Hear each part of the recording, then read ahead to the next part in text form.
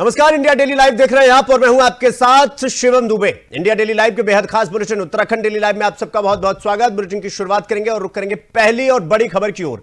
Delhi high court ने कांग्रेस और आम आदमी पार्टी और तमाम संबंधित पक्षों को यह निर्देश दिया है कि वो सोशल मीडिया से सभी कथित पोस्ट हटाएं जिनमें बीजेपी के राष्ट्रीय महामंत्री और पूर्व राज्यसभा सांसद दुष्यंत कुमार गौतम को अंकिता भंडारी हत्याकांड से जोड़ा गया। कोर्ट ने सभी पक्षकारों को यह भी स्पष्ट किया कि आगे ऐसी कोई भी पोस्ट प्रसारित न की जाए जिसमें दुष्यंत गौतम का नाम लेकर उन्हें इस मामले में कथित वीआईपी के रूप में दिखाया जाए।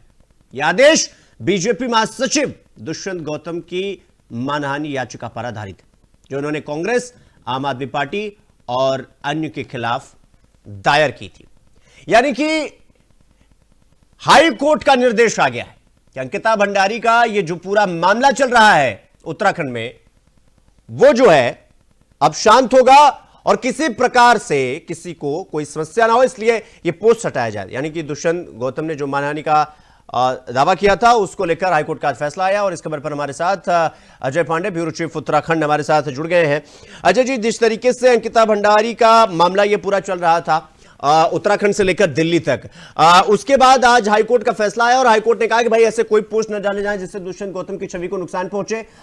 कैसे देखा जा रहा है इस हाईकोर्ट के आदेश को, अजय जी? देखिए शिवम, ये एक बड़ा मामला है और चूंकि दुष्यंत गौतम भारतीय जनता पार्टी के बड़े नेता हैं, राष्ट्रीय महामंत्री हैं, उत्तराखंड के बीजेपी के प्रदेश प्रभारी हैं और उनकी छवि धूमिल हो रही थी। उन्होंने अपनी सफाई में यही कहा है कि जिस तरह से उनका नाम इस मामले में उजागर किया जा रहा है या नाम घसीटा जा रहा है, ये पूरी तरह से गलत है और उस दौरान वो उत्तराखंड में कभी रहे नहीं है जिस दौरान ये घटना घटी थी, अंकिता भंडारी की हत्या हुई थी। तो अब वो हाईकोर्ट की शरण में गए हैं और वहां से उनको एक बड़ी राहत मिली है और हाईकोर्ट ने ये कहा है कि सोशल मीडिया प्लेटफॉर्म में जिन जिन लोगों ने पोस्ट किए हैं वो 24 घंटे के अंदर हटा लें, नहीं तो इस पर बड़ी कार्रवाई होगी। तो जाहिर है कि ये दुष्यंत गौतम के लिए एक अच्छा निर्णय है और आगे अब ये मामला कोर्ट में रहेगा तो कोर्ट की तरफ से जो भी दिशा निर्देश जारी होंगे लोगों को इसका पालन भी करना होगा। लेकिन कुल मिलाकर के जो इस समय गतिविधि चल रही थी, जिस तरह के लोग चर्चाएं करने लग गए थे, वो अपने आप में एक बड़ी बात ये रही है कि दुष्यंत गौतम को सफाई भी देनी पड़ रही है, अपने बचाव में भी कहना पड़ रहा है। अब इसमें कितनी सत्यता है, जिन लोगों ने इनके नाम का उजागर किया है, जो ये एक वॉइस रिकॉर्डिंग जो सोशल मीडिया पर जाहिर की गई थी, दिखाया गया था, उसको लेकर के अब आगे क्या कार्रवाई होगी और जिन जिन लोगों ने इस वीडियो को वायरल किया था उसकी कितनी सत्यता है, उनका क्या मकसद रहा है, ये भी एक बड़ा सवाल जरूर है। और उर्मिला सनावर अब देहरादून भी पहुंच गई हैं, अब उनसे भी पूछताछ पुलिस प्रशासन की ओर से हो रही है और दुष्यंत गौतम को लेकर के जिस तरह से अब हाईकोर्ट ने फैसला दिया है तो जाहिर है कि भारतीय जनता पार्टी के लिए एक बड़ी राहत की बात है क्योंकि ये फैसला उनके पक्ष में है। अब जिन लोगों ने पोस्ट किए हैं उनको हटाने होंगे और राजनीतिक दलों को सबसे पहले अपने पोस्ट हटाने होंगे क्योंकि उन्हीं का नाम पहले जिक्र किया गया है। बाकी अन्य लोग हैं, आम लोग जो हैं, वो भी अब इन पोस्टों को हटाएंगे क्योंकि अगर नहीं हटाते हैं तो जाहिर है कि कोर्ट की अवमानना होगी और उन पर कार्रवाई भी होगी। तो अजय जी, जिस तरीके से आज ये हाईकोर्ट का आदेश आया उसके बाद दुष्यंत गौतम का इस पर क्या कुछ कहना है, क्योंकि उनका ये मानना था कि उनकी छवि को धूमिल किया जा रहा है, उनके नाम के साथ खिलवाड़ किया जा रहा है। सवाल ये कि उन्होंने डेफेमेशन का जो केस डाला था उस पर वो उन्हें एक तरीके से कहें कि जीत ही मिली, लेकिन इस पर हाईकोर्ट का आदेश आने के बाद उनका क्या कुछ कहना था और वो आगे क्या चाहते हैं, इसको लेकर उन्होंने कुछ बोला? देखिए, दुष्यंत गौतम शुरू से ही ये बात कह रहे हैं कि इस पूरे मामले में उनका कोई लेना देना नहीं है। एक बालिका की हत्या होती है, एक वीआईपी का नाम उजागर होता है कि कौन है वो वीआईपी और इस पूरे मामले में जब एसआईटी जांच करती है तो उसमें किसी वीआईपी का नाम नहीं आता है। 3 लोग ऐसे रहे हैं जो सीसीटीवी फुटेज में दिखते हैं, जो होटल के कर्मचारी रहे हैं, होटल के मालिक रहे हैं, उनको आजीवन कारावास की सजा हुई है। अब कुल मिलाकर के ये एक बड़ा ये सवाल जरूर रहा है कि इसमें ये कहा गया कि एक वीआईपी जो दुष्यंत गौतम है उनका नाम आगे आया सामने। एक जो ऑडियो वायरल हुआ है उसमें उनका नाम आया था। अब क्योंकि हाईकोर्ट ने जो फैसला दिया है उसके बाद दुष्यंत गौतम के लिए भी राहत की बात है। भारतीय जनता पार्टी के जो तमाम नेता हैं वो मीडिया के सामने अपनी बात नहीं कह पा रहे थे, मीडिया से कर्मी काट रहे थे। अब वो भी मीडिया के सामने आकर के अपना पक्ष रख रहे हैं और यही बता रहे हैं कि क्योंकि शुरू से वो कह रहे हैं कि दुष्यंत गौतम का कोई रोल नहीं था, उनको बदनाम किया जा रहा था। और ये एक छोटे से लाभ हानि का मामला रहा है क्योंकि भारतीय जनता पार्टी के पूर्व विधायक रहे हैं सुरेश राठौर और दुष्यंत गौतम प्रदेश प्रभारी रहे हैं। तो जाहिर है कि दोनों के बीच में कहीं तल्खी किसी मामले में रही है और इसी वजह से उनका नाम उन्होंने ये उजागर किया है। एक अपनी लड़ाई, अपनी आपसी लड़ाई को और अपनी प्रतिद्वंदिता को देखते हुए उन्होंने उनका नाम यहाँ पर रखा और जिसकी वजह से दुष्यंत गौतम पूरे देश में उनको बदनामी झेलनी पड़ रही है। अब हाईकोर्ट ने एक साफ किया है कि दुष्यंत गौतम से संबंधित जो भी पोस्ट है उसको हटा लिया जाए ताकि जो इनकी छवि खराब हुई है वो छवि खराब न हो। तो अब भारतीय जनता पार्टी के जो तमाम नेता हैं अब वो खुल करके बोल रहे हैं। दुष्यंत गौतम की ओर से भी ये कहा जा रहा है कि पहले भी वो ये बात कह रहे थे, अब चूंकि मानहानि का उन्होंने कोर्ट में दावा किया है उसके बाद कोर्ट की ओर से उनको बड़ी राहत मिली है। तो ये अच्छी बात ये है क्योंकि मुख्यमंत्री पुष्कर सिंह धामी ने भी विगत दिवस मीडिया के सामने आकर के इस पूरे मामले में जांच को लेकर के बात कही और ये कहा है कि क्योंकि एसआईटी ने जांच की, 3 लोग दोषी पाए गए, उनको आजीवन कारावास की सजा भी दी गई है। अब वो नहीं तो फिर अजय जी जो ये पूरा आम आदमी पार्टी और ये कांग्रेस पूरा ये वीआईपी चिल्ला रहे थे, इसके बाद हाईकोर्ट के फैसले के आने के बाद तो फिर इस पे पूर्णतः विराम लग गया। तो फिर ये कौन वीआईपी है? क्योंकि अभी तक तो ये रहा था कि भाई दुष्यंत गौतम का नाम आ रहा है, अब उनको हाईकोर्ट से एक तरीके से कहे कि राहत मिली, तो फिर ये वीआईपी है कौन? ये है भी या फिर ये मतलब पूरा ये फसाना एक बनाया जा रहा है? इसलिए सवाल भी खड़ा हो रहा है कि अब कौन वीआईपी है और अभी तक अगर वीआईपी है तो सामने क्यों नहीं आया? जो आया वो झूठ निकला। इसका मतलब ये है कि कांग्रेस में अंधेरे में तीर चला रही है कि अगर लग गया तो ठीक, नहीं लगा तो कोई बात नहीं।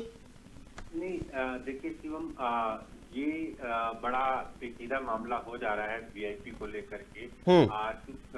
जो अंकिता भंडारी है उन्होंने अपने एक साथी को, एक मित्र को जो व्हाट्सएप के जरिए बातचीत करती थी, उनको ये बताया कि व्हाट्सएप में कि कोई एक वीआईपी है जिनको वीआईपी सर्विस देने के लिए उनके ऊपर दबाव बनाया जा रहा है। ये बात उन्होंने कही थी। अब वो 2022 से लेके अभी तक ये क्लियर नहीं हो पाया कि वो वीआईपी कौन है। हाईकोर्ट ने भी कहा था, कोर्ट ने कहा था कि वीआईपी कौन है इसके बारे में भी पता किया जाए। एसआईटी की जांच में किसी भी तरह से कोई वीआईपी का नाम नहीं आया। तो ये सवाल तब से लेकर के 2022 से लेकर अब तक बना हुआ है और इसी वीआईपी के नाम को लेकर के विपक्ष के जो नेता हैं वो लगातार सत्ता पक्ष पर हमलावर रहे हैं। वो बार बार यही बात कह रहे हैं कि आखिर वो वीआईपी कौन है।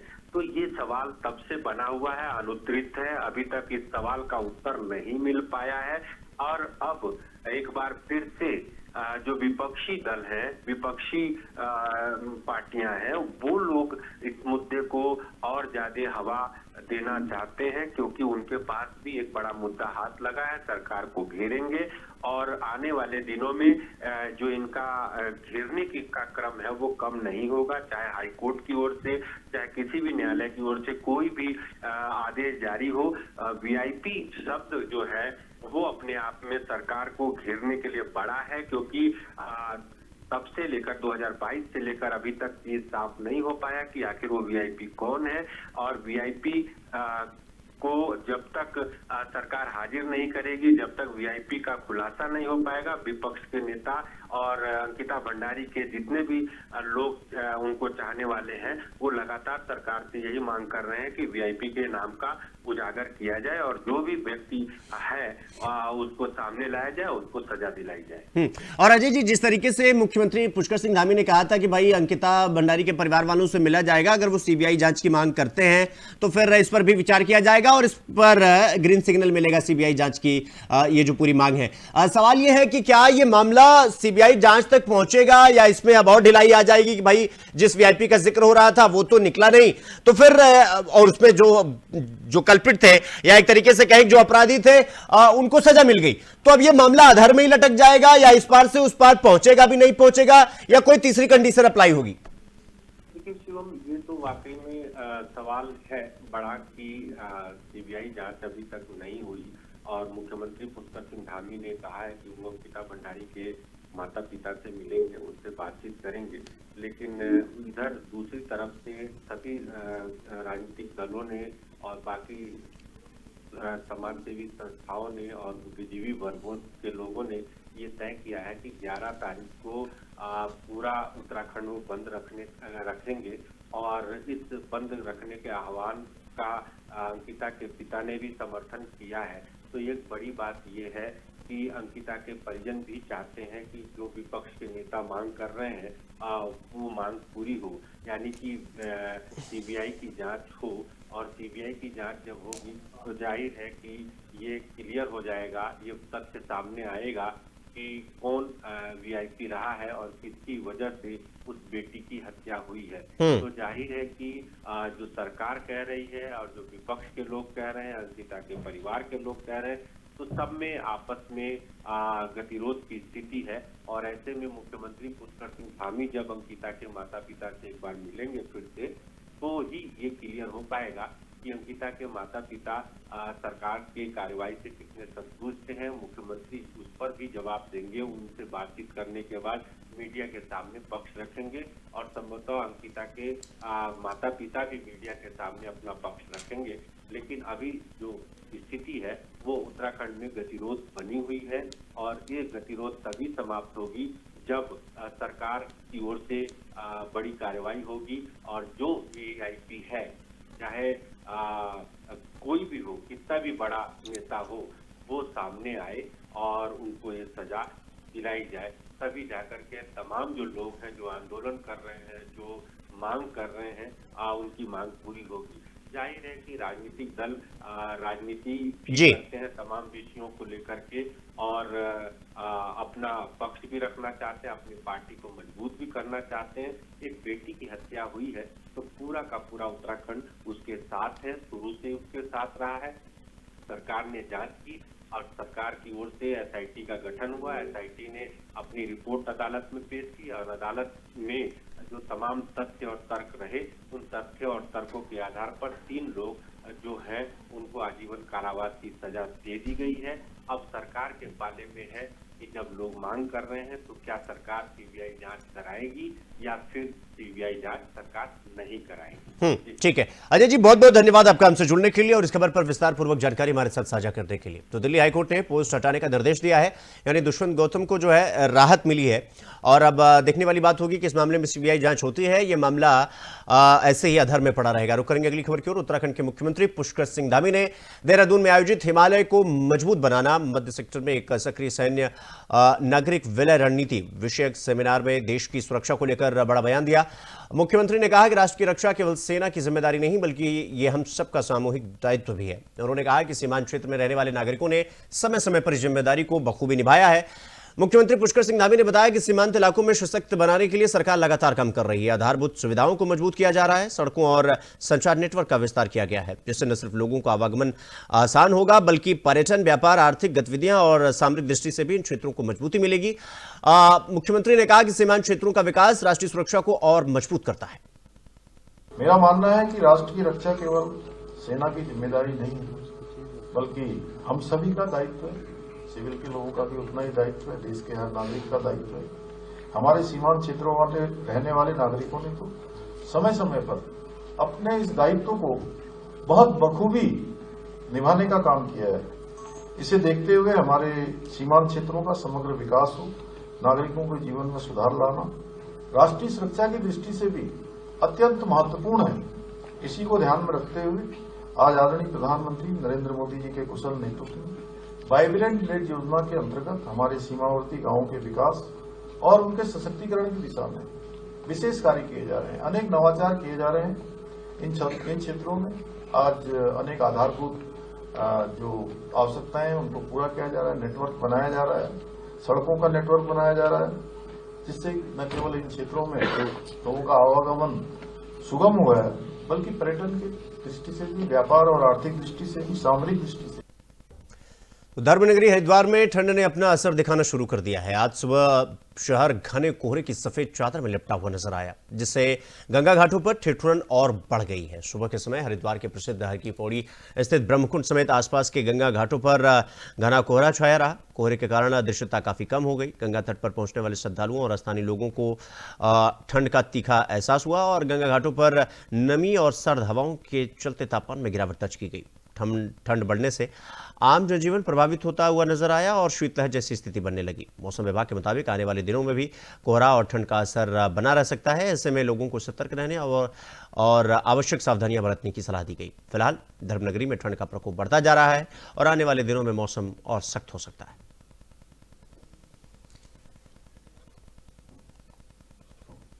तो जन जन की सरकार जन जन के द्वार कार्यक्रम के अंतर्गत जिला प्रशासन द्वारा ग्राम पंचायत स्तर पर बहुउद्देशीय शिविर का आयोजन किया गया। इस क्रम में न्याय पंचायत श्यामपुर की ग्राम पंचायत खदरी कड़कमाफ में उप जिलाधिकारी यानी एसडीएम योगेश मेहरा की अध्यक्षता में बहुउद्देशीय शिविर का आयोजन किया गया। इस शिविर में विभिन्न विभागों से जुड़ी कुल 60 शिकायतें प्राप्त हुई, जिनमें से 17 शिकायतों का मौके पर ही समाधान कर दिया गया, जबकि शेष शिकायतों को त्वरित और समयबद्ध निस्तारण के लिए संबंधित विभागों को निर्देशित किया गया। शिविर को संबोधित करते हुए उप जिलाधिकारी योगेश मेहरा ने कहा कि जनता की समस्याओं का त्वरित और प्रभावी समाधान करना प्रशासन की सर्वोच्च जिम्मेदारी है और प्राथमिकता भी है। उन्होंने अधिकारियों को निर्देश दिया कि प्रत्येक शिकायत को गंभीरता से उसका संज्ञान लिया जाए और उसका गुणवत्तापूर्ण निस्तारण भी सुनिश्चित किया जाए। शिविर में पहुंची लाभार्थी सीमा सरकार के इस पहल से बेहद संतुष्ट नजर आई और उन्होंने कहा कि इस तरह के शिविरों से ग्रामीणों को अपने गांव में ही समस्याओं का समाधान मिल रहा है, जिससे समय और धन दोनों की बचत हो रही है। जन जन की सरकार जन जन के द्वार कार्यक्रम ग्रामीण जनता के लिए एक प्रभावी माध्यम बनकर उभर रहा है, जिससे शासन और जनता के बीच सीधा संवाद स्थापित हो रहा है। आज जो जन जन के द्वार जन जन की सरकार शिविर का आयोजन यहाँ पे किया गया, उसमें लगभग 60 शिकायतें हमें प्राप्त हुई हैं और 60 शिकायतों में से कुछ शिकायतें ऐसी थी जिनका मौके पे तात्कालिक समाधान भी किया गया है और बाकी जो अवशेष शिकायतें हैं वो टाइम बाउंड मैनर में संबंधित विभागीय अधिकारियों को उसका निस्तारण करने के लिए कहा गया है। और कुछ शिकायतें ऐसी थी जो बेसिकली छोटे से स्पॉट इंस्पेक्शन से भी उसका निराकरण हो सकता था। तो ऐसे में जो नजदीकी ग्राम सभाओं में, चाहे वो पीडब्ल्यूडी हो, सिंचाई विभाग हो, राजस्व विभाग हो, वन विभाग हो, उनके द्वारा जो छोटे छोटे स्पॉट इंस्पेक्शन करके शिकायतों का निराकरण किया जाना है, उसमें निर्देशित किया गया है कि शिविर के बाद अभी काफी समय बचा हुआ है तो वो स्पॉट इंस्पेक्शन करके अपना जो भी कार्रवाई उसमें करना है वो उसको पूरा करें। यहाँ श्यामपुर क्षेत्र में हमारे खदरी खड़ामा इंटर कॉलेज में जन जन के द्वार जन जन की सरकार का बहुउद्देशीय शिविर का आयोजन किया गया है, जिसमें कि विभिन्न विभागों के अधिकारी उपस्थित हैं, जिसमें कि जनता की जो शिकायतें हैं, कुछ भी शिकायतें उनका निवारण यहीं पे किया जा रहा है एवं किसी को आश्वासन दिया जा रहा है।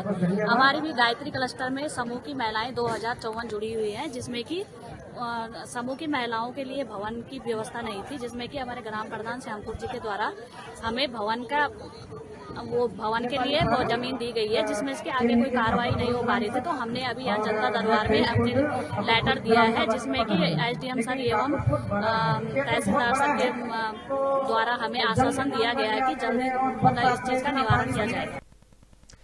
तो अंकिता भंडारी हत्याकांड में अब नया मोड़ आ गया है, जब से अभिनेत्री उर्मिला सिनावर ने सोशल मीडिया पर आकर कई तथ्य पेश किए हैं। उसके बाद से ही विपक्ष और अन्य लोग सरकार को घेरने में जुट गए हैं। सोशल मीडिया में लाइव करने वॉइस रिकॉर्डिंग को प्रचारित करने के बाद उर्मिला सनावर अचानक गायब हो गई। पुलिस प्रशासन उनकी खोजबीन में जुटी हुई थी। ऐसे में अब उर्मिला सनावर देहरादून पहुंची और मीडिया के सामने अपना पक्ष रखा। उन्होंने दावा किया कि उनके पास इस मामले से जुड़े महत्वपूर्ण सबूत हैं जिन्हें वो सही समय पर जांच एजेंसियों को सौंपेंगी। उर्मिला सनावर ने कहा कि वो जांच से भाग नहीं रही हैं बल्कि सच सामने लाने के लिए खुद आगे आई हैं। उनके साथ ही स्वामी दर्शन भारत भी देहरादून पहुंचे और जिससे सियासी और प्रशासनिक हलकों में हलचल मच गई। उर्मिला सनावर ने अपने ऊपर दर्ज मुकदमों को बेबुनियाद बताया और कहा कि उन्हें साजिश के तहत फंसाने की कोशिश की जा रही है। अब देखना यह होगा कि उर्मिला सनावर के दावों पर जांच एजेंसियां क्या कार्रवाई करती हैं। अभी देखिए जैसे कि दर्शन भारती के साथ है, साथ में जो भी होगा। आपने कहा था कि आपके पास सबूत है, वो सबूत क्योंकि आप पे मुकदमे भी दर्ज हुए हैं, उसके बारे में और सबूतों के बारे में। वो जो मुकदमा वो सब निराधार है, बिना मतलब में उनको एक बेस बनाया गया है सिर्फ और सिर्फ एक SIT जांच बिठाने के लिए और निराधार है वो मुकदमे। लेकिन मेन उद्देश्य जो हमारा वो है अंकिता भंडारी हत्याकांड के लिए आए हम और उसके सबूत लेके आए हम। तो वो अच्छा मैडम, जो अभी तक हमारा साथ दो, भाई जी थोड़ा नीचे कर लो, बात करनी है। उनके माता पिता ने कहा कि हमारा साथ दो और सबूत जो अभी आ गए, किस तरीके के सबूत थोड़ा बता पाएंगे प्लीज? अभी देखिए जैसे कि दर्शन भारती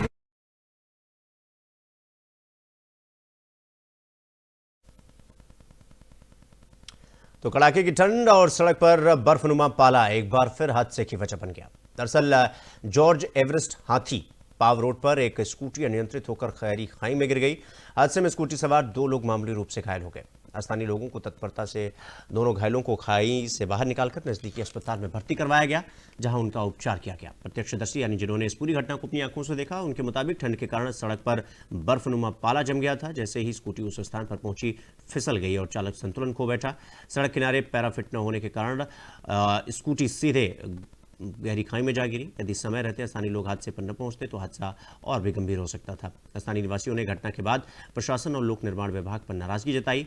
उनका कहना है कि जॉर्ज एवरेस्ट हाथीपाव रोड पर कई स्थानों पर सड़क किनारे पैराफिट नहीं है, जिससे आए दिन हादसों का खतरा बना रहता है। ठंड के मौसम में ये पाला जमने से दोपहिया वाहन लगातार फिसल रहे हैं और कई लोग चोटिल भी हो चुके हैं।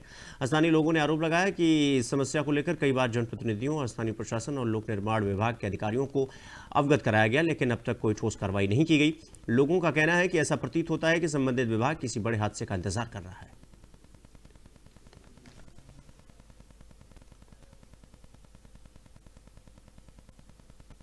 तो उत्तराखंड के मसूरी में पेयजल संकट और बुनियादी सुविधाओं को लेकर सरकार ने सख्त रुख अपनाया है। नगर पालिका सभागार में आयोजित समीक्षा बैठक में कैबिनेट मंत्री गणेश जोशी ने पेयजल निगम और जल संस्थान को 15 दिन के भीतर समस्या का समाधान करने का निर्देश दिया। उन्होंने स्पष्ट किया कि मसूरी जैसे अंतर्राष्ट्रीय पर्यटन स्थल पर किसी भी स्तर की लापरवाही बर्दाश्त नहीं की जाएगी। बैठक में पीने के पानी, बिजली संकट और सड़कों, पुलों और पर्यटन से जुड़े कार्यों की प्रगति की समीक्षा की गई है। अधिकारियों ने बताया कि बिलाड़, धोबी घाट और कंपनी गार्डन की STP लाइनें लगभग पूरी हो चुकी हैं, जबकि कैमल बैक STP प्लांट का कार्य जुलाई तक पूरा कर लिया जाएगा। मंत्री गणेश जोशी ने धार्मिक और पर्यटन स्थलों के विकास पर जोर देते हुए वन्यजीव संरक्षण और सौंदर्यीकरण कार्यों की समीक्षा भी की। उन्होंने कहा कि मसूरी में आने वाले लाखों पर्यटकों की सुविधा सरकार की सर्वोच्च प्राथमिकता है और समयबद्ध विकास कार्यों से न केवल स्थानीय लोगों को लाभ मिलेगा बल्कि मसूरी की पहचान एक सुव्यवस्थित और आकर्षक पर्यटन स्थल के रूप में और मजबूत होगी।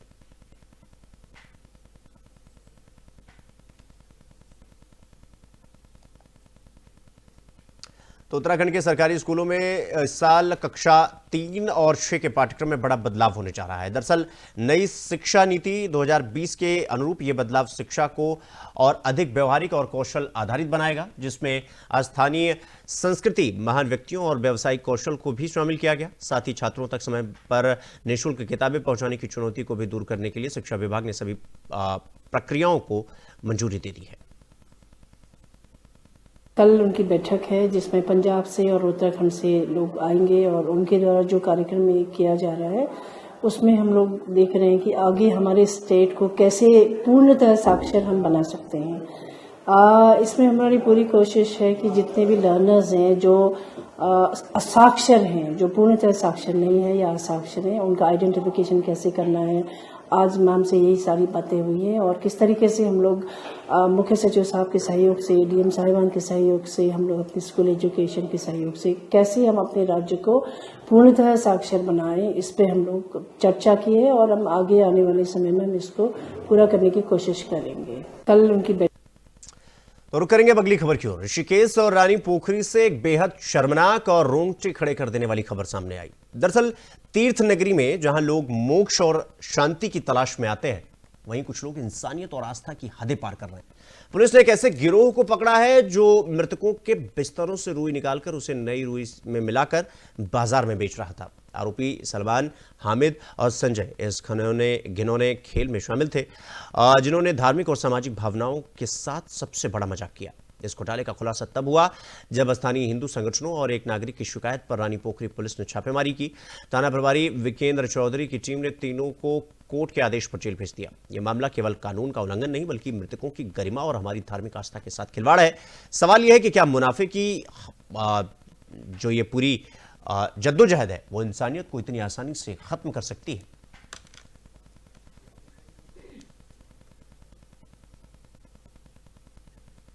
तो इसी खबर के साथ ब्रिटेन में फिलहाल इतना ही, लेकिन देश और दुनिया की तमाम बड़ी खबरों को देखने के लिए देखते रहिए इंडिया डेली लाइव। नमस्कार।